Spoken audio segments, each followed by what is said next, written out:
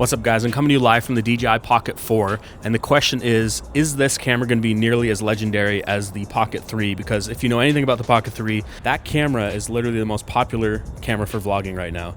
And so the question is, will this compete with that? All I know right now is this looks way better than the Pocket 3. Let's get into the video.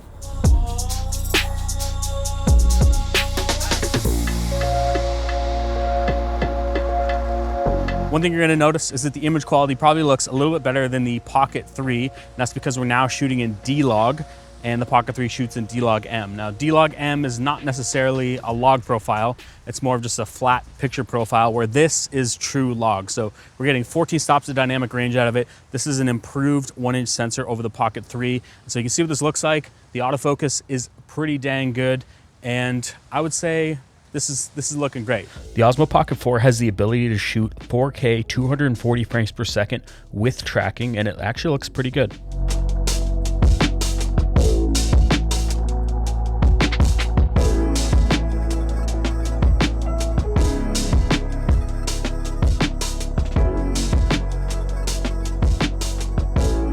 So the Pocket 4 has ActiveTrack 7.0, and this is a little bit more advanced than what's in the Pocket 3, and it also has gesture control. So I can put the peace sign up, should start recording me right there, and I can put my hand up, and should put a green box around my face and start tracking me in frame. Now the Pocket 3 does have tracking on objects and humans, but you just have to double tap them on the screen. The gesture control is a little bit easier if you don't have a camera person. And now I have a robot camera person. This also is really good if it loses tracking behind something, or if you have a bunch of people around. If I went behind the truck here, it probably can't see me anymore. But as soon as I pop out, it should regain connection with my face. Well, not really a connection, but tracking. And then you can see it's tracking me pretty good in frame there. And this is, again, a lot more advanced than what's in the Pocket 3. And it's pretty cool that you can have this in this camera, because if you want to do live streaming and like walk around where you're at, this would just track you in frame. So we're going to stop tracking, put the hand up, and then we can stop recording by putting the peace sign. So the Pocket 4 can record up to 4K 60 frames per second or 1080p 60 frames per second if you're not doing the slow motion, which would be up to 240 frames per second. It has normal or 10-bit D-Log video. You also have kind of like a LUT assist on it. But one of the things that makes this different over the Pocket 3 is that you're locked at ISO 400 as your base minimum ISO. So you're going to need an ND filter, or you're just going to need to crank the shutter up.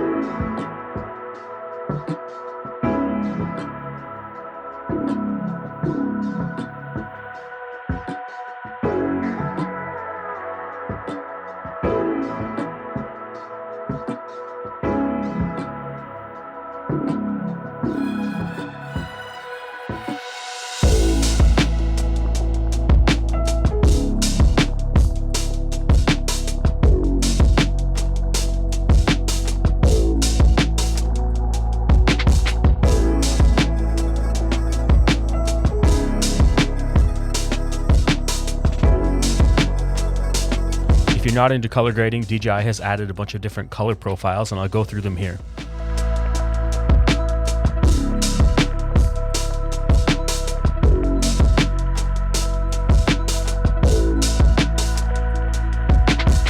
So DJI has made a fill light attachment that magnetizes to the back of the gimbal, and the cool thing is you can adjust where it goes, so you can lift it up, bring it back down. You can change the brightness. Right now it's set at its highest. That's low, medium, and high.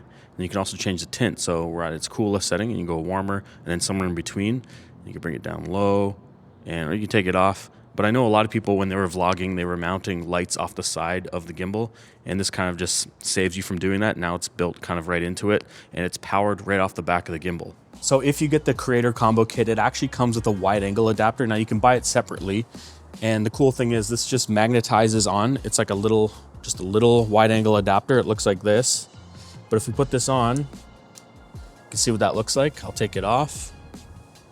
So it just makes it a little bit wider. I think it goes from like, this is a 20 mil lens, and it probably takes it to like 18 millimeters or 17 millimeters or something like that. And that's nice, because if I'm using the focus breathing compensation, it crops in a little bit, and this makes up for it. All right, so on the Pocket 4, we have 2 new buttons under the screen. So obviously these are only going to work when you're in horizontal, but you've got your zoom button. So you can click that once for a 2x lossless zoom. You can double click it and that gets you a 4x zoom. Now that's digital. Double click it again to zoom out and click it one more time to fully zoom out. And then we've got our custom button here on the right. Now, in order to set that up, we got to go into the menu here, scroll over to where you see the C there. So in here, this is where we can set up our customization. So we got single press, double press, or triple press. So single press, I had that set up to rotate the gimbal. So I click that one. And then a double press, you could have that set up to recenter the gimbal, rotate the gimbal, photo to video, joystick controls, or the fill light. And I have that set to turn the fill light on and off. And then triple press, you can set up to something else. So now when I single press this, it's gonna rotate the camera around. I press it, it rotates it back. Now you can also do that with a triple press on the joystick. It also rotates. And that's pretty similar to what the Pocket 3 was like. But yeah, that's the new buttons and how to customize it. So one of the cool things about this mic is that it's actually recording internally right now, so 32-bit float, but it's also recording to the Pocket 4 as well. And the other cool thing is you can actually trigger start and stop record of the Pocket 4 with the mic as well. So hitting the link icon on here, I'm not going to do it, but if I did it right now, it would stop recording. And then if I hit it again, it would start recording. So you got basically a little wireless remote with this thing as well. And while I'm here, let's do some object tracking and see if it'll track the mic. That's so cool. So if you want to show an object to camera, you can hold it out like that. I'm actually surprised at how responsive it is, but yeah, that's just some more features that you can get in the Osmo Pocket 4. So right off the bat, a lot of you are going to say, oh, it looks exactly the same. And in some ways, it kind of does look the same. Visually, the body's nearly the same. It's got the same flip out screen. You can shoot vertical or horizontal. The big difference is the UI. There's a bit more options on the Pocket 4 because there's a few more features. But outside of that, I'm comparing them here side by side. We've got D-Log versus D-Log M. And this is also a good example of how the new ActiveTrack 7.0 holds up. I go behind the truck. I come back out and the Pocket 4 finds me, where the Pocket 3 just never even tries to regain locking on. When I grade them, you can see there's quite a bit more dynamic range on the Pocket 4. Now the Pocket 3 still looks good. It's just that you're not going to have as much highlight recovery. I also noticed that the Pocket 3 looks a bit more digitally sharpened. And I also noticed that the Pocket 4 looks wider. And I've got the exact same settings, the exact same ISO, the exact same shutter speed, and you can see everything here with them side by side. So this is normal color on both with the same white balance. And what's interesting is I still like the look of the Osmo Pocket 4. It looks less digital and a little bit more filmic. All right, so I wrote some notes down here. There's a few things that I wish DJI would have updated. Now, obviously, the image quality is the biggest reason to upgrade to this. 14 stops of dynamic range.